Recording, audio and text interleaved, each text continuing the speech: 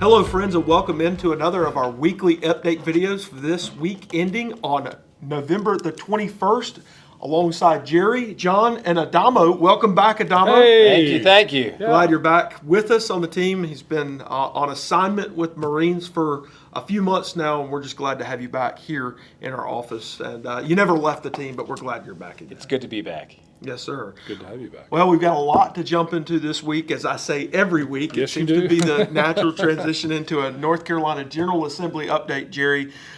We've reported on this, but there seems to be a recurring update that's happening, the resignation of Representative Cecil Brockman of Guilford County. That was on Friday, October the 31st.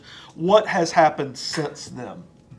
I think, as we mentioned before, the way this works, when somebody steps down or causes them to leave office, the local party that is the same party as the person stepping down chooses a replacement. And in this case, they have chosen Amanda Cook to replace Representative Brockman for the duration, which will go through the end of next year of his term in the House. She's a former public school teacher and member of the High Point City Council. Okay, and so she's been put into his seat for the remainder of his term. How does that work, John? As she serves through that, she's there for the rest of his term and then has to go for re-election? Assuming she wants to run for re-election, then she would run for re-election, and of course, other candidates are welcome to enter that race to challenge her. But yes, the replacement candidates fill out the remainder of an unexpired term and then stand for office at the next general election. Okay, all right. And or primary, yes. Yeah. So we'll keep you up to date on that, but for now, as far as I understand, she has not yet been sworn in because the General Assembly, while they have met, have not convened official business as we know it, and there was a call from Governor Stein a couple weeks ago for the legislature to come back to handle some official business that he wanted them to confront. Tell us more about that. Well, this really had to do with concerns about Medicaid funding and the rebase and what the General Assembly has done and, in some people's perspective, hasn't done to sufficiently fund Medicaid for those who need it and rely on it in North Carolina. The General Assembly, the legislative branch, and the executive branch, the governor, have differences of opinion about what's necessary and kind of where the state stands with respect to Medicaid funding. The legislature says that basically it is fully funded for this period of time. They will come back and address it when that becomes necessary. The governor has taken a bit of a different tact and said that money's going to run out soon and the legislature needs to appropriate more funds for Medicaid, and called the General Assembly back into session. And the legislature was already meeting that particular day. And so the legislative leaders said that it was unconstitutional and not right for the governor to try to call them back into session because they were already coming back into session. And they really sort of disregarded the governor's call to come back in to deal with Medicaid. So they came in, the legislature, the House and Senate came into session, really held perfunctory sessions, gavelled in, gavelled out, and they were done. And they really didn't take up any official business, so to speak. They certainly didn't take up a funding bill to provide more funding for Medicaid. I don't even think they celebrated any birthdays, which is pretty rare for them not to do. Yes, sir. No, a quick note on that, John, is, as you mentioned, and not to get into too much of the detail of the debate about what the status is on Medicaid, the House and Senate both, as you say, have said there's sufficient funding into next year to April, I believe. And they have actually both passed provisions addressing the situation. They haven't agreed on the final version, but to your point, they're saying this is not the extraordinary because we are addressing it, have addressed it. Two, they were already in session, and so they were saying it was not appropriate to call for a special session. Well, and the governor does have the authority under the Constitution to call the General Assembly back into session, as you say, for kind of extraordinary circumstances. Again, in this case, they said that did not meet that definition. They were meeting already. But it is possible for, and we've seen it in the past, where the governor has called the legislature back into session. It's an interesting discussion because of separation of powers and the executive branch and the legislative branch kind of flexing muscle toward each other. So we will definitely be keeping tabs on the status of this issue and a lot of other issues as we look into the coming months. And the adjournment resolution that they set up, which called them back into session this week, also has them coming back on December the 15th. So Merry Christmas to those of you out there that celebrate that and the legislature coming back in. But we'll see if they come back into the building for that session to handle any official business then. One thing we reported on a couple weeks ago. Yes, sir. No, I was just, and we've said this before, what they've done from now, well, they actually set it up at the end of July, I think, and then they passed a revised version. Every month into next April, they've set aside 4 days, consecutive days in each month. And as you say, Mitch, this coming one is going to be December the 15th through the 18th, where they can come back and do business, but they, as you say, made, as you said, John, gavel in, gavel out. Yeah. And apparently that's what we're hearing is going to happen in December. One thing we reported on a couple of weeks ago, back in October, the General Assembly did some redistricting. They moved some things around, and that, as we reported, or we presumptively reported, that it would be challenged in the courts. It has been. That was heard this past week. What's the status of that, and what can we expect from that court as it deliberates?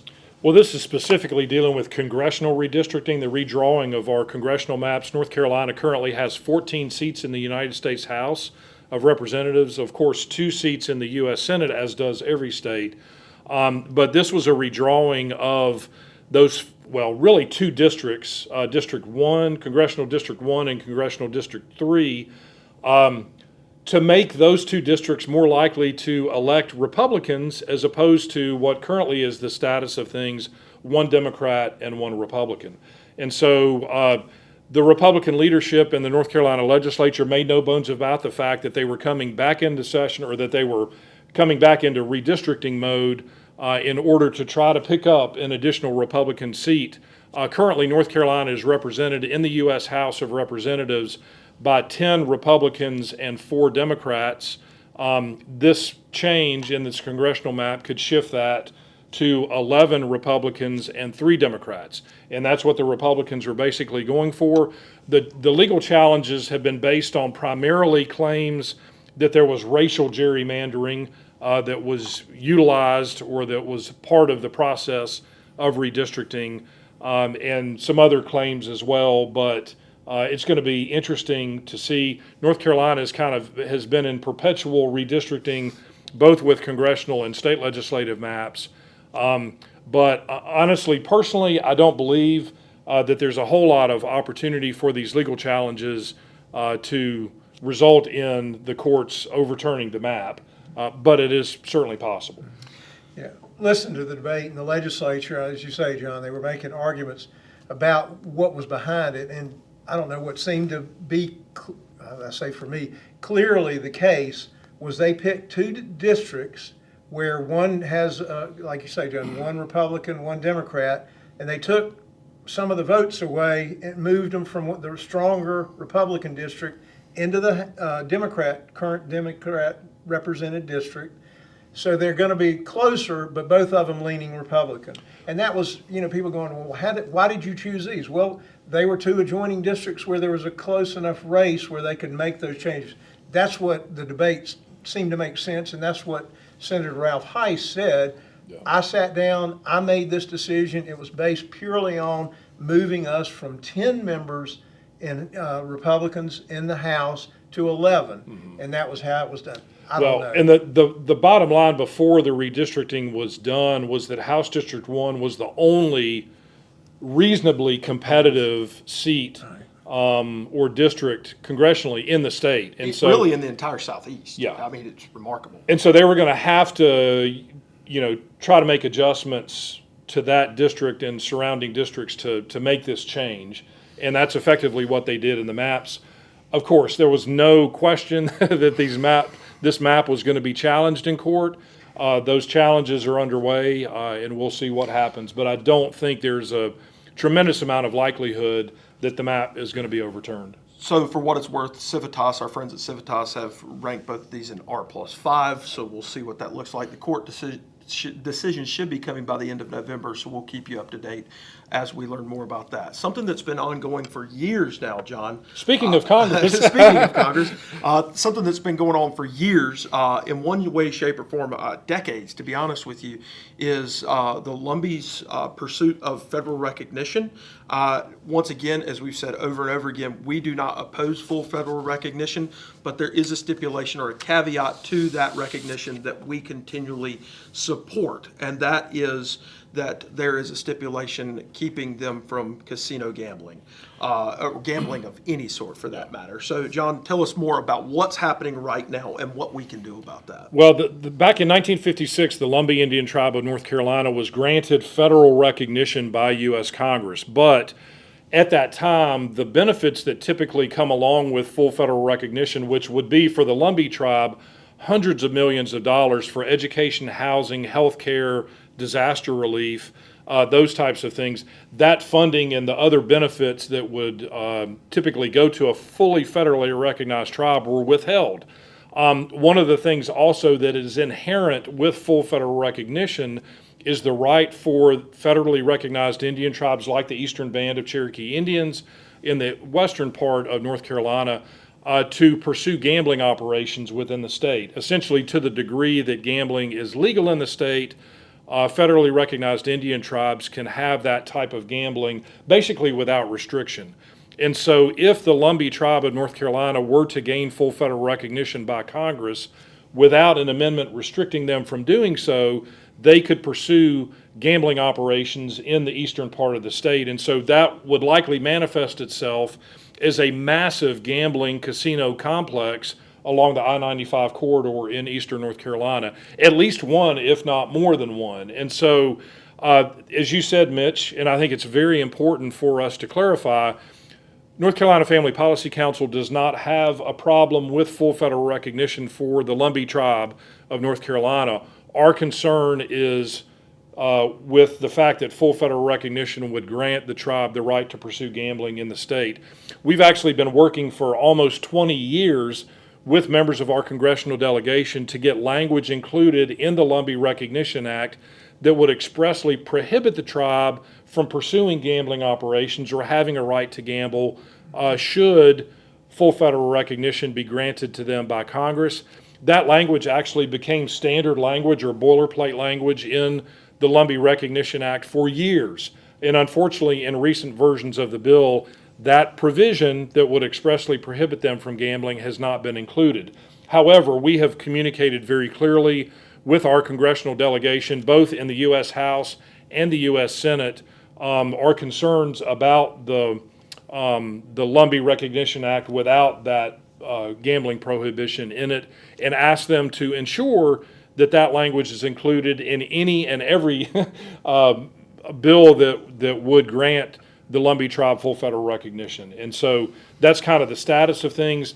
There have been bills that have been introduced in both the U.S. House and the U.S. Senate, specifically and only to grant full federal recognition to the tribe. Those bills have not moved, but when the House and the Senate passed their National Defense Authorization Acts within the last several months in Congress, in the House version of the bill, the Lumbee Recognition Act language was included in that bill, and that bill was sent to the Senate with those provisions in it.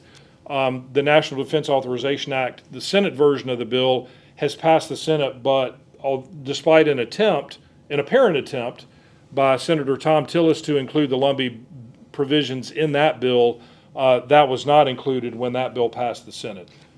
And just to be clear, those Lumbee Recognition Acts, as they stand, do not have the provision Correct. that would carve out or keep them from casino gambling. So If you are listening to this right now and you feel so led, there's a link here at the bottom of this video. You can click that link. It will let you know more about what's going on, and you can call Senators Tillis and Budd, our North Carolina U.S. Senators, and you can let them know that you want to make sure that casino gambling in North Carolina does not spread any further than it already has.